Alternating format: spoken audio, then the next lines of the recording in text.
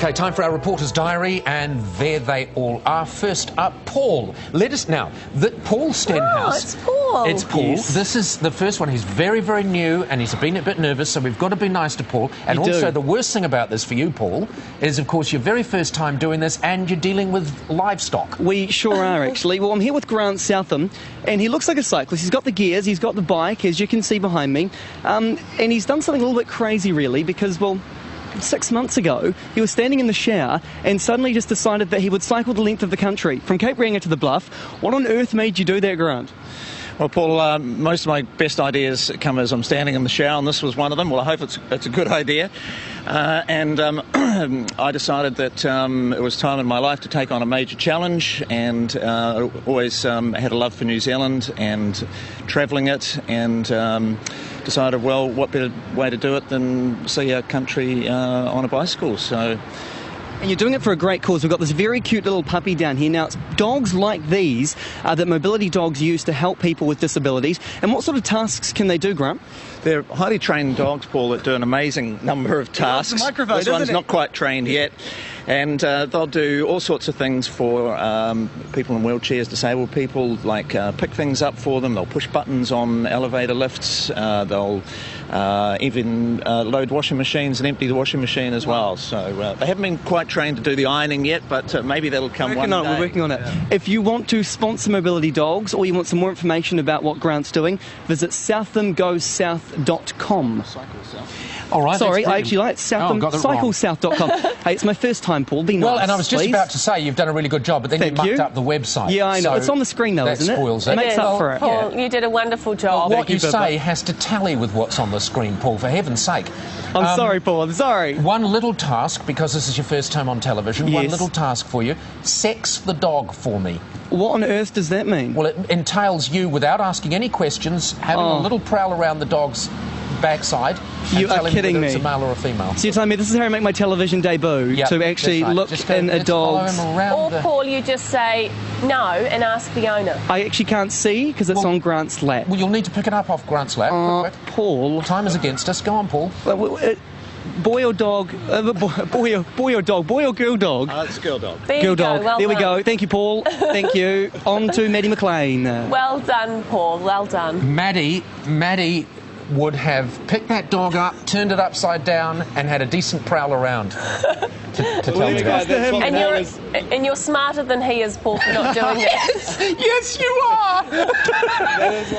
Not that I don't love you dearly, Maddie. No, that is one thing that Paul has learned from day one, is that when you say yes to Paul Henry on your first day, he just asks you to do anything. It's a short jump to embarrassment, isn't it? Exactly, very short jump. Sadly, that embarrassment was a long time ago for me, and I'm, still there, still with you. But anyway, good morning to you both, and good morning, New Zealand. Police on the Kapiti Coast have come up with an interesting way, a unique way, to stop people driving dangerously on our beaches this summer. It's been a real concern for them, especially up on the Kapiti Coast around the Waitarere beach, which has been a hot spot for dangerous drivers for years. So this year, the police will be patrolling the beach, handing out chocolate logs to anyone who is driving well on the beach, who's doing a good job at driving on the beach. So I wanted to know whether it was much of a deterrent. So I hit the streets here on Lambton Quay to see how tempted people were by the treat. I wouldn't drive on the beach anyway, but if there was a chocolate log in the offering, I might go down there and see what it's about. Maybe some tickets to entertainment or something might be better, like to the movies or... I tend to think it doesn't matter what you give some of these people, they're still going to drive dangerously on the beach anyway. Depends how big the chocolate log is, I guess. Yeah. So there we go. For some people, it is just the small things that matter in life. It's nice. And that might do the trick. It is nice. It's a weeny bit hokey, and that's lovely. All right, thank you very much. And it's one of the things that makes you a great broadcaster, Maddie, the fact that you would have picked that dog up, turned it on its head, and sorted it out. All right, be proud. Be very, very proud. No. All right, Kim Vanell. Proud. Yeah, we're moving on now, Maddie. Bye. Kim Vanell is in Christchurch. Morning, Kim.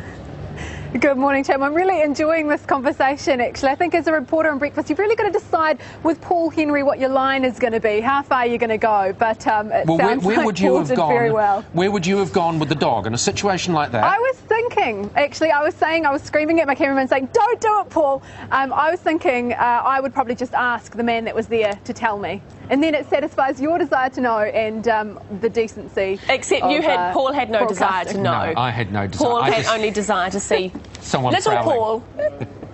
Paul. To see how far somebody will go. Anyway, team, a small farming community in the South Island by the name of Douglas, with a population of just 20, could be in for a huge windfall courtesy of a dead Scotsman they've never even met. This Scotsman by the name of Eric Douglas has left an unusual gift from the grave. He's gifting 20 towns that share his surname £11,000 each, and that equates obviously to about 25,000 New Zealand dollars.